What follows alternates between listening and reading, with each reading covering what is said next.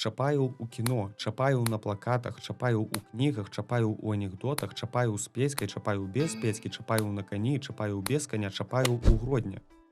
Як помнік герою савецкай Расіі апынуўся ў нашым горадзе? Як замест бюста Чапаева з'явіўся помнік Булак Балаховічу і хто намагаўся адправіць помнік у Расію?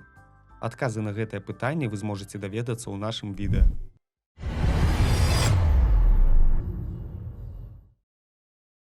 Герой анекдотаў, кніг і кінематографа Васіль Чапаеў удзельнік першай сусветнай грамадзянскай вайны ў Расіі. Быў камандзірам дывізіі чырвонай арміі, які загінуў у 1919 годзе падчас рэйда ўральскіх казакаў на штаб дывізіі, якой ён кіраваў. Сам Чапаеў ніколі не быў ні ў Гродні, ні ў Беларусі. Па адной з версій, якую распавядаў краязнаўца Віктар Саяпін, бюст Чапаеву трапіў у Гродна выпадкова. Яго перадалі ў нагрузку разам з будаўнічымі матэрыяламі з украінскага бетоннага камбіната і ўсталявалі на аднайменнай вуліцы ў 1981 годзе. У 1994 годзе вуліцу Чапаева перайменавалі. Яна атрымала назву ў гонар гродзенскага паэта Міхася Васілька, які разам з сям'ёй жыў на гэтай вуліцы, але помнік камандзіру застаўся стаяць на сваім месцы.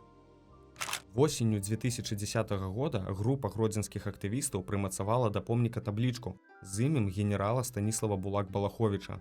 Тады яны казалі, што вырашылі перайменаваць бюст, бо героі падобныя з твару. У лютым 2019 года помнік Васілю Чапаева дэмантавалі. На гэта супрацоўнікам гродзенскай камунальнай гаспадаркі спатрэбілася 2 дні. Афіцыйная версія дэмантажа рэканструкцыя помніка. За месяц да гэтага ў Любомльскім раёне Валынскай вобласці, што ва ўкраіне, у межах дэкамунізацыі знеслі дакладную копію гродзенскага Чапаева. Ужо праз некалькі дзён гродзенцы абвясцілі збор подпісаў за тое, каб не вяртаць помнік Чапаеву пасля рэканструкцыі, а размясціць яго ў музеі. Замест героя грамадзянскай вайны гродзенскі краязнаўца Яўген Аснарэльскі прапаноўваў размясціць на пастаменце бюст Міхася Васілька. Гродзенскі гарвыканкам падтрымаў ідэю размясціць бюст Чапаева ў музеі, а вось усталяваць помнік паэту Васільку ў бліжэйшы час не планавалі. У красавіку 2019 года дэмантавалі і пастамент, на якім стаяў бюст. Расійскія СМІ палічылі, што дэмантаж гродзенскага Чапаева гэта таксама дэкамунізацыя і звярталіся ў Міністэрства замежных спраў Расіі. Супрацоўнік расійскага пасольства нават сустракаўся з чыноўнікамі гродзенскага аблвыканкама, каб упэўніцца, што гэта не барацьба з савецкімі манументамі. Але не толькі расійскія СМІ хваляваў дэмантаж помніка. У жніўні 2020 года ўнучатая пляменніца Васіля Чапаева Марына праз відэа звярнулася да Александра Лукашэнкі з просьбай перадаць у Саратаў дэмантаваны бюст сваяка.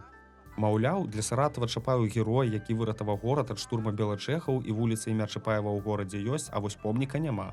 Бюст героя гражданской войны занял бы достойное место в нашем городе. Але ўжо ў траўні 2022 года бюст Чапаева вярнулі на вуліцы Гродна. Яго размясцілі ў скверы на вуліцы Шчорса побач з вайсковай часткай 5522, дзе базуецца гродзенскі АМАП. Чапаеў стаў суседам іншага героя грамадзянскай вайны ў Расіі, Мікалая Шчорса, помнік якому стаіць у скверы з 1983 года.